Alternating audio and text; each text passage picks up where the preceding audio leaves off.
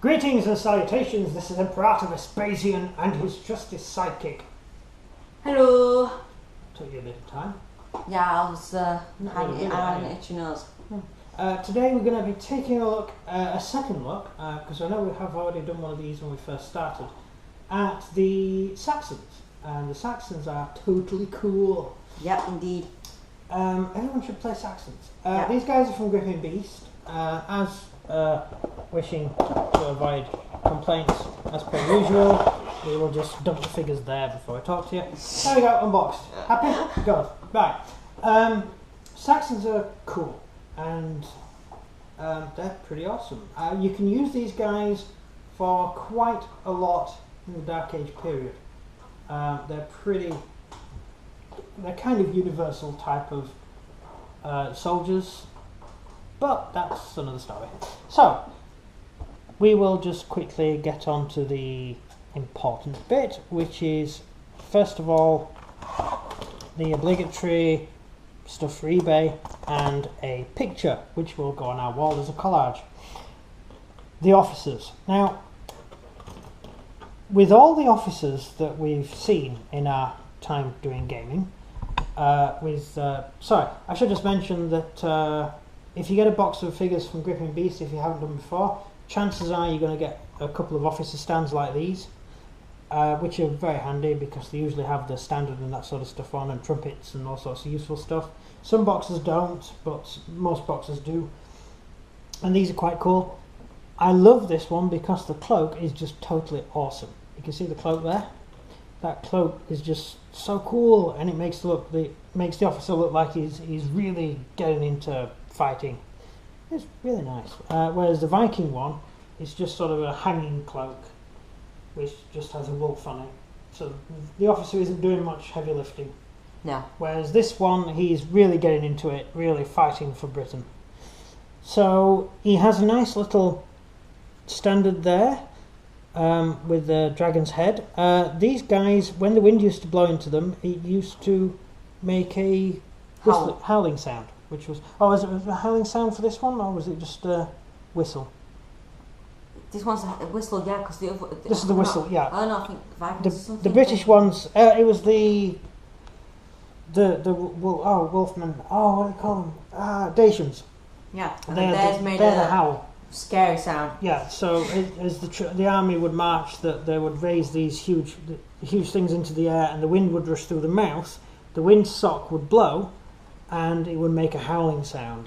These, I think, these whistled, these ones, or at least the ones that we've dug up out of the ground whistle. They may have howled once, or maybe dogs whistled in the old days, I don't know. Dogs walked around whistling instead of barking. So that's that there. It came in all different colours. It was usually multicoloured and different colours, the windsock, which is really cool. Shield-wise, they have the same shield as the Vikings. It's just the bog standard, rather boring shield. That shield there on this particular sprue is a little bit more pronounced, a little bit more of a boss, just to sort of say, look, I'm really rich, I'm a king.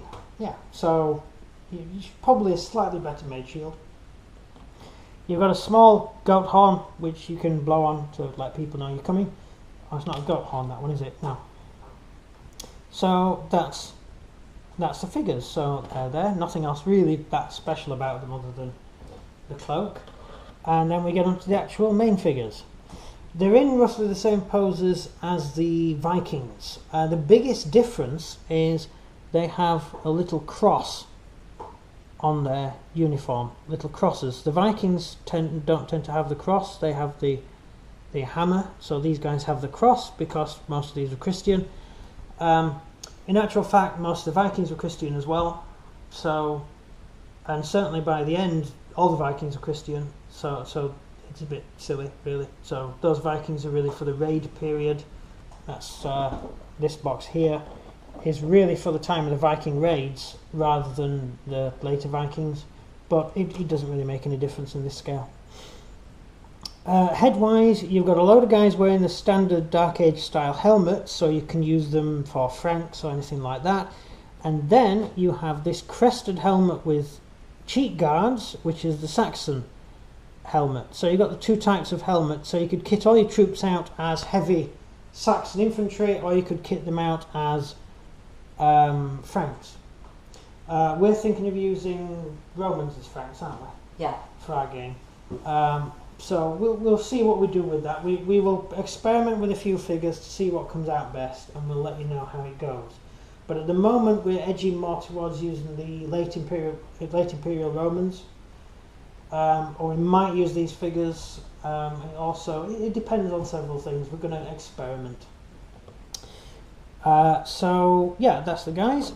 Weapon-wise, it's much better laid out than the Viking sprue. If you haven't watched the Viking video, I will quickly show you a Viking sprue, where it's a little bit here and there higgledy-piggledy. It's much easier to cut them off the sprue for this one, because they're all sort of in lines, and I find that a lot easier, although you do have slightly less options than the Vikings. Hand-wise, you've got some great attacking poses here, bringing an axe down, swords, the throwing axe again. You can swap the axe hand out and put a sword on it. So you've got quite a few different things you can do if you like playing with that. In combat, the Saxons would typically have swordsmen in the front rank with swords and axes, and then the second rank will be spears. So you would have a line of swordsmen with the spears behind, and your spears would come through, so the spearmen would sort of protect the guys in the front. Make sense? Yeah. And that's how the Saxons fought. So yeah, pretty useful. Pretty good way of doing it. The Saxons also used phalanx. So what we tend to do is we base figures individually. If you go and have a look at some of our games we've done, Dark Age games, Saxons versus Viking, you can see the different formations we use. So we keep all the figures separate, based individually, and that way we can reform the units to make them into anything we want. Yep. Any battle tactic. Yeah, so we can make them into a phalanx and use spears, every single man with a spear, or we can have a front rank with swords and axes and the second rank with spears, which is the standard Saxon unit, or we can intersperse them with, based on these, one figure in each box. So the front rank is swords and the second rank is spears. Or you can intersperse them with, have the front rank armoured, but the second rank as Dark Age warriors with no armour. Pretty much, yeah. Which is another. Which you use as carrols, yeah. Which are carrols, yeah. Because only the front rank of carrols would actually be armoured. Although the Saxon Army did issue armour and stuff to everybody, the actual really low rank stuff, troops, your local carrols, your local militia wouldn't have armour. Let me just say this one thing. Yeah. Saxon spearmen are the best. Yeah, they're pretty good. They're pretty good. You do really well with Saxon spear, don't you? Yeah, I do indeed. Yeah. You certainly teach the Vikings a thing or two. I didn't even get to touch the zombies. No, that's true. So basically, the Saxon army was a very well organised, very well trained army. It was basically a late Roman army, slightly better trained than the Roman army, the late Roman army anyway. Really more like the Imperial Roman in actual tactics and training. They were pretty well organised. They weren't as barbaric of them. Well, the Romans weren't barbaric. The early. The term barbaric refers to people who eat people's livers. Well, where we decided to put poor people in the front, alright people in the middle, and rich people at the very back. Oh, you mean Republican Roman? Mm-hmm. Yeah. I think if the government would get hold of a new army rather than using the one it already inherited, then they would probably organise it on the lines of peasants in front, rich people at the back with the artillery. That's probably how they organise it. Not even with the artillery. Yeah. They don't. The rich people might actually just stay at home and get paid to just be in a uniform. Yeah. Which is pretty much the Republican Roman army, really, wasn't it? Yeah. And they have politicians. Yeah. I mean, the Republican Romans had spearmen for the really rich guys, and the spearmen had really long spears, so everything happened 4 feet away. They didn't have to get too close to the enemy. They also wore full chain mail. Some of them wore lamellar. But they never really used the spear because they ran off. They ran off. Yeah. If the second rank starts to get hacked to pieces, you'll leg it. Like, the peasants and the middle classes have died. Time to leave. We'll sue for peace now. Yeah. I really despise the early Roman Empire. Sorry, the Roman Republic. I like the Empire. The Empire was decent, a decent army. Yeah, the Romans could be barbaric, but they were barbaric. They were overly barbaric when they needed to be. Now they cut that king's head off for going into their territory, and the army what came to support them went. Our king's gonna. Oh, you guys had. Yes, said. That's nice.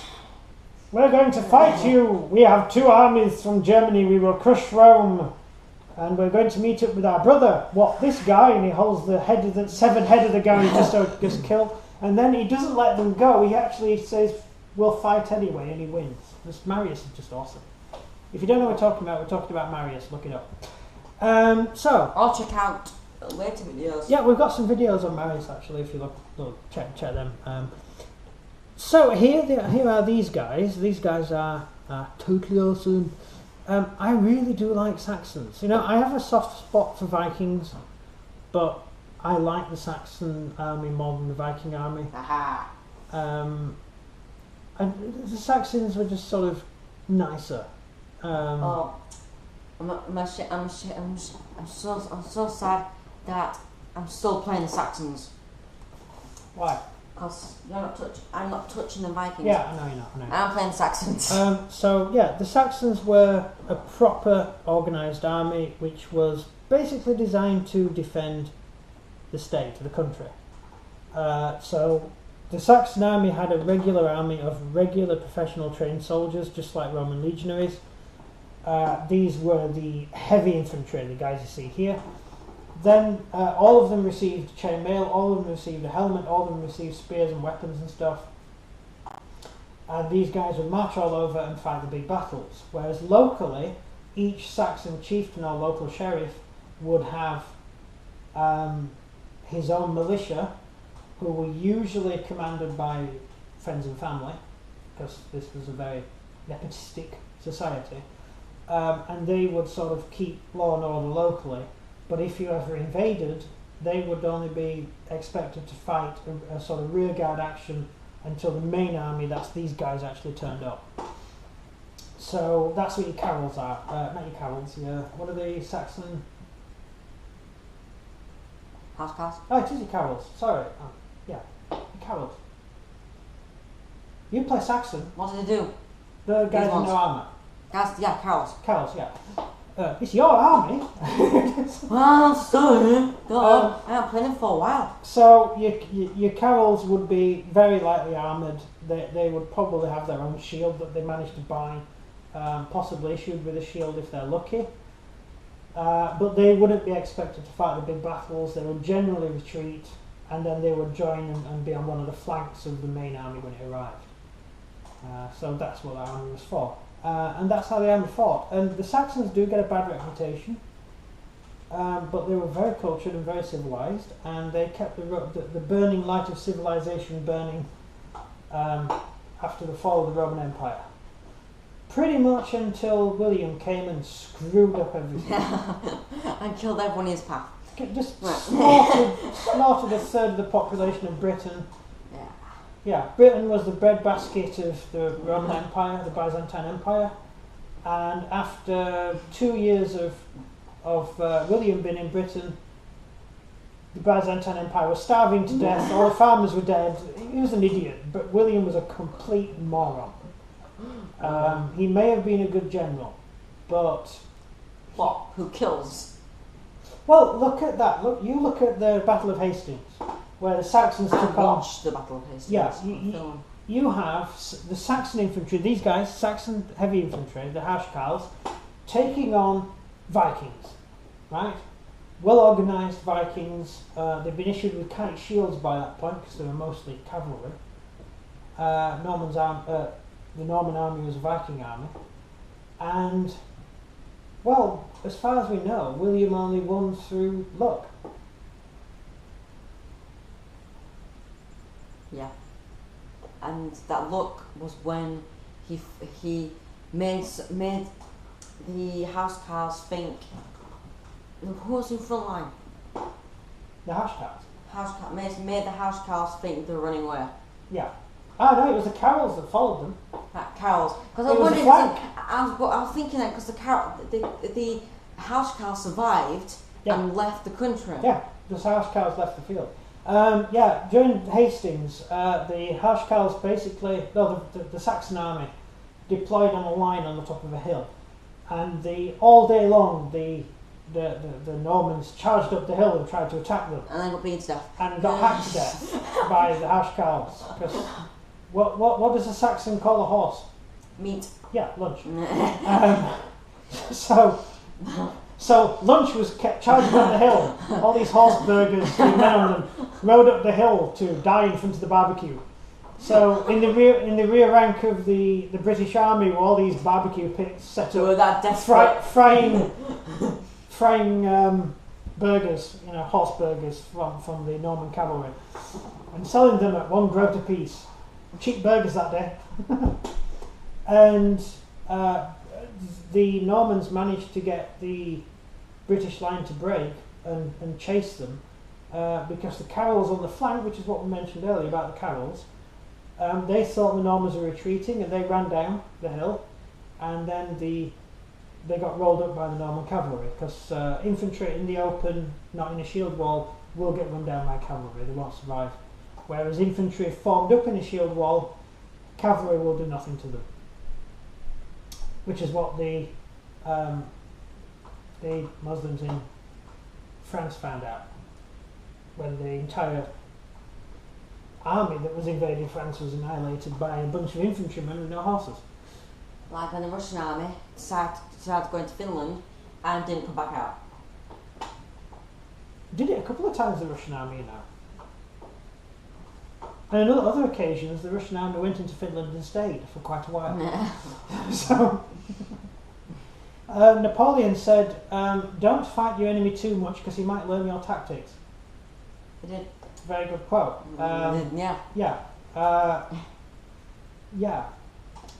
That's what went wrong with the Saxons in the end, isn't it? That's what went wrong with the Vikings in the end as well. Yeah. Because they learned that they went to beaches, tried to attack a tower, so they were prepared. Yeah. Which is why churches have towers. To close the doors and then shoot arrows down. Yeah, it's just a safe space. It's just a place where you go to hide. And later on, bells were fitted, and they weren't very nice and make banging sounds. And then later on, the local council made you take the bells out because it upsets local people who come from the Middle East. Yeah. But there you go. That's how far we've come. Where are the bloody Saxons when you need them? Anyway. In a grave. Yeah, dead. They're gone. Those great men and women. Bear in mind, a third of the Saxon army was made up of women, so you wouldn't mess with those guys. Who was it who were the women? Well, when all the men died, they just got weapons out and started hacking the soldiers to death. That was pretty much what happened after every single battle. The wives of the soldiers would go into the field and hack people to death. I want to know what happened to the husbands, because they must have been husbands. Because a third of the Saxon army and a third of the Viking army was made up of women. They were female soldiers. So don't, forget women's lib. These women, they fought. They were real soldiers. Scary. So the baggage train would have the wives of the male housecarls. Where are the husbands of the female housecarls? Are they pushing the cart at the back? They are the housecarls. No, they are the housecarls. That could be true too. That's how you get them angry. The Viking, or the Saxon, kills the husband, and then she sees it, and then she goes on a rampage. Well, killing your husband, I'm not sure if that. I think that might actually have been illegal in them days. What, in battle? Oh, in battle, what, accidentally kill your husband in the shield wall? Maybe someone would notice. Because that's still murder. And you can still get yourself killed. Your enemy did it! Oh, right. Just push your husband into the spears.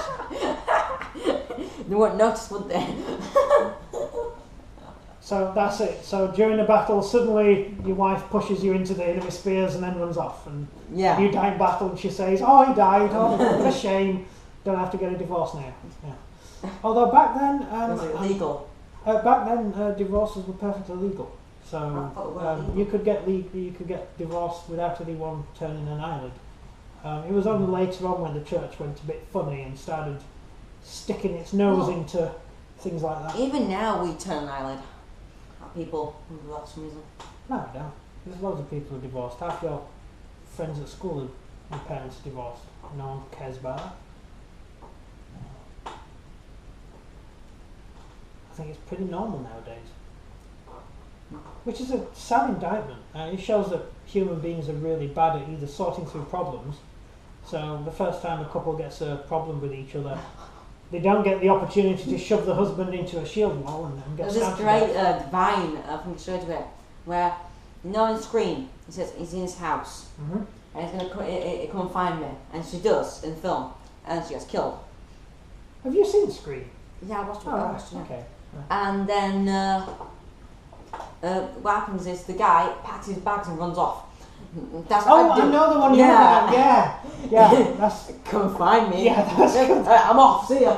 So the moment the bad guy on screen rings him up and says, "I know where you are," he just walks out of the house and leaves. His suitcase. Deal with it. I'm off. That's good. That one. I do. So anyway, divorce aside, these are the Saxon housecarls. Interesting point, the Saxon housecarls after the Battle of Hastings did not get annihilated or die in the field. Originally it was thought they did. It would appear they all buggered off to Byzantium and got a job there. Yeah. And pretty much ended up running the Byzantine Empire. But then they starved to death. The people starved in the Byzantine Empire, not the soldiers. Soldiers, when you're wearing armour and you've got an axe, it's quite easy to get all the food. Although technically you're supposed to pay for it. I'm not sure what good it does you when the price of bread goes up tenfold and I'm not charging a groat anymore. It was a pretty bad time in history, really. But yeah, could have worked out a lot better for everyone concerned. But we should thank that it did, because we ended up with the world we have today, and maybe the world that we have today wouldn't be the same if it wasn't for the fact that Saxons existed. I mean, what would have happened without the Saxons? You would have had endless warfare between warring nations, and I mean warfare on a different level to the level the Saxons were. Well, Saxons, Britain probably wouldn't have been the breadbasket. Yeah, I mean Britain was a peaceful country before the Normans arrived. It was a quiet place to live. It was only because they were scared of the Romans coming back. Oh no, I think they knew the Romans had gone. The British did try and erect schools again. When the Romans left, the schools left, and the only school left in Europe after the fall of the Roman Empire was in Byzantium. The one school in the whole country, and in the whole of Europe. Now it's illegal. What do they for call a kid not to go to school? Yeah, well, if the school's actually taught you something half decent, most kids come out illiterate. But seriously, the stuff they teach you in school is just laughable these days. Are you going to start saying what that teacher said to you? I'm not going to say that again. I know enough of teachers, they're idiots. What the Romans ever did for us? No, Romans never did anything for us. Stupid, idiotic people. Basically, how this argument happened was, we were there, and my little Parents' evening. Yeah. I'm glad you remember that. Oh, I remember it. I'll never forget it. I have nightmares about it. And I said to my dad, why didn't you ask why we don't teach us Romans? And he asked it, and he said to him, what did the Romans ever do for us? And Dad had steam coming out of his ears, and face gone red. But he didn't use it in a Monty Python-esque jokey way. What have the Romans ever done for us? It was actually, what have the Romans ever done? The Romans didn't do anything for us at all. You cretin. You complete idiot. You work in a school. What did the Romans ever do for us? You work in a school. And you're a history teacher. And you're a history teacher. Working in a school. School. You drive to work on a road. You just... No. No, but Romans did do a lot because before the Romans we were Celts, and although the Celts were actually quite advanced, they weren't civilised. They were barbarians. What? Get a man, put him inside a wicked man and burn him? Yeah, burning people in a That's wicked very man. civilised, that.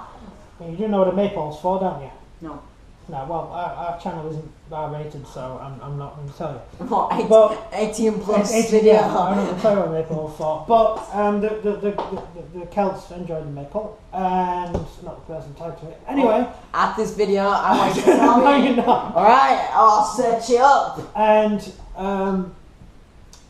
yeah, so that's basically, the Celts just weren't that advanced. And along came the Romans and civilised them.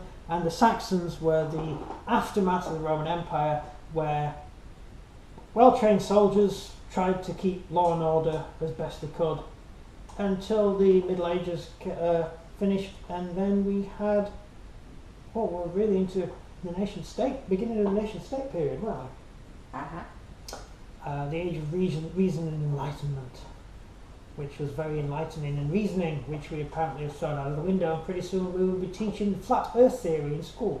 So, because it might upset people who don't believe in flat earth theory. That's just one of those things. So that is the end of the video. I could just talk for hours about this, but I have mentioned how totally cool the figures are. You've already seen them painted up in another video we did. Not this box, obviously, this is a new box. I'm going to be, you know what we're doing with this. And we have more stuff to come. And it's going to be jolly good fun, and we're going to design a new Saxon church for this game, because I'm going to do the interior a bit better. The last Saxon church I built didn't really have enough room inside to get your figures in, so I want to do a bit more with that this time. So that's all stuff to come. So do you want to do the outro? So if you enjoyed this video, please leave a like and subscribe. Yeah. And comment down below what you think of the Saxons and the bread basket of England. Also, we have a Patreon account, so if you would like to donate anything, that would be very helpful for our channel, and we will mention you at the end of a video. Yeah, we'll do a shout out and wave a flag and everything. So that's it. Thank you very much for watching. That's everything from me. And that's everything from him. And then forgot that. Yeah. Goodbye.